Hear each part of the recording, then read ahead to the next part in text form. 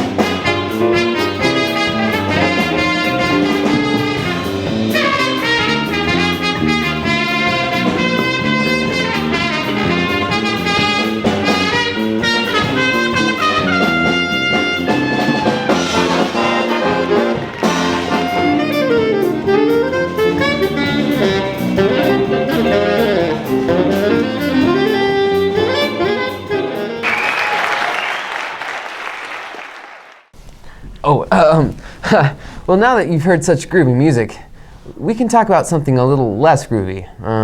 Testing. Ugh. Already? Man, I'm so glad I'm a senior. For all of you who still have a few more tests to take, we had a special guest come in to give us the details about the upcoming testing. Let's take a look at what he has to say.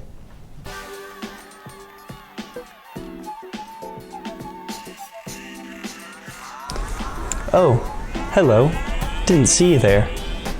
What am I doing?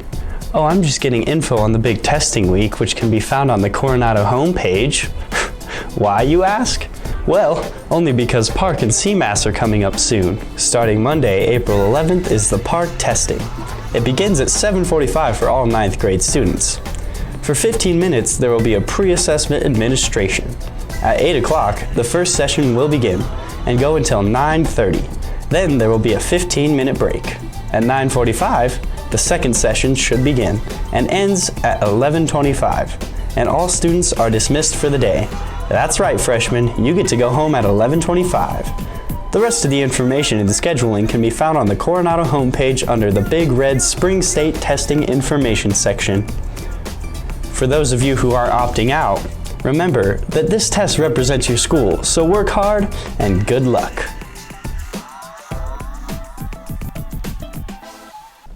Wow, it's going to be quite the busy week. Don't forget to mark your calendars for the week of April 11th through the 14th. And be ready to ace those tests. Good luck and may the odds be ever in your favor. Now let's send it over to my main man, Elena, with sports.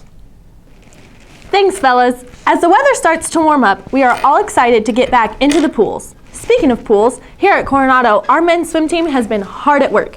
The season has just started, but the boys are already swimming strong. Let's catch up with Stan and take a closer look.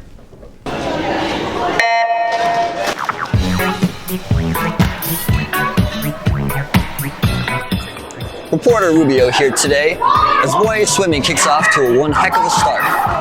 The boys are currently 2-0 as they've defeated both Rampart and Palmer. Against Palmer, the boys swim team was able to set a 200 medley relay pool record.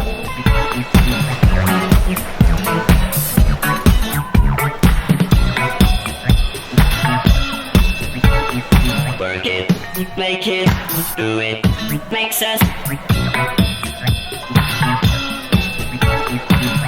harder, better, faster, stronger.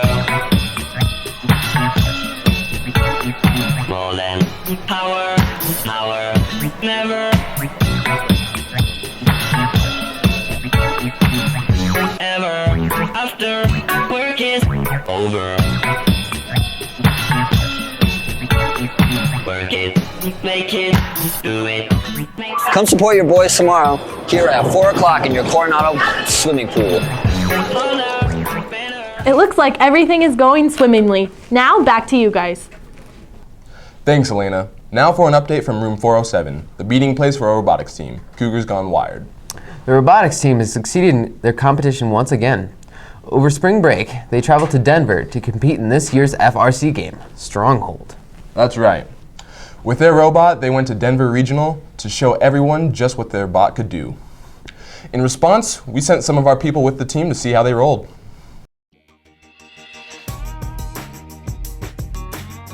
So in Denver, we had a robotics competition. The competition was for a qualifying spot for championship.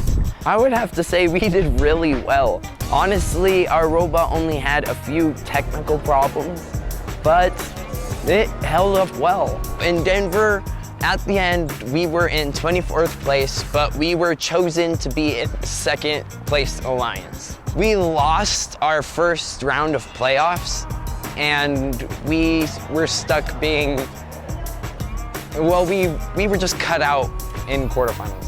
We did not win game-wise, we won with an award, and that's what's letting us go to championship. Instead of getting the Team Spirit Award and the regional winners, we got Engineering Inspiration Award.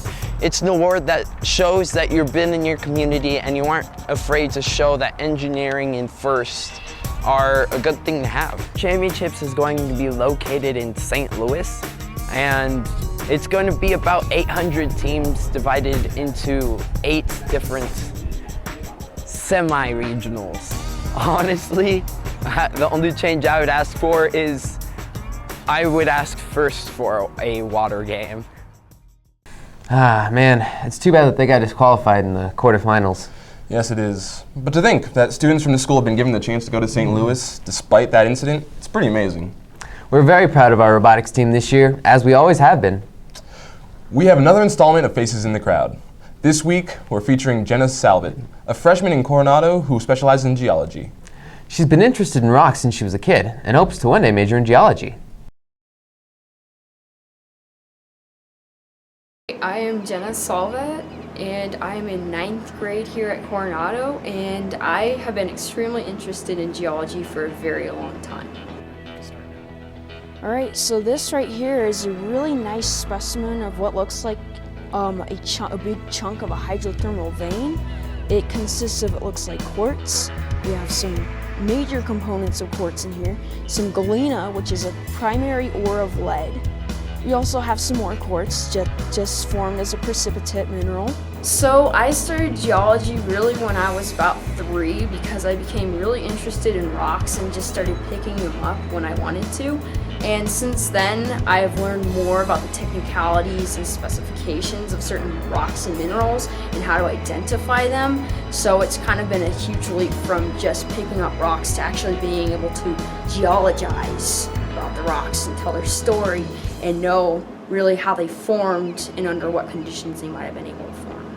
Now, I just got done with the Pikes Peak Regional Science Fair. I'm about to go to the Colorado State Science Fair, so I get to compete at the state level. So there are 2 prominent geologists I end up working with a lot that I really respect. One is Professor Christine Sidaway from Colorado College.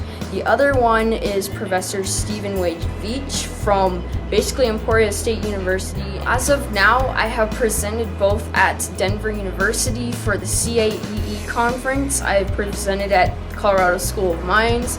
I also just competed at the Pikes Peak Regional Science Fair, and I ended up getting first place in Senior Division Physical Sciences with my project titled Neoproterozoic Sandstone Injectites in Fault Zone Areas, an investigation of sedimentological characteristics using analog models. She's a rock star. Yep. Well, that wraps up another week of Cougar TV. Join us next week to find out what's happening in your hallways. I'm Lakeith Trainer. And I'm Xavier Romero. Thanks for tuning in and enjoy the rest of your week.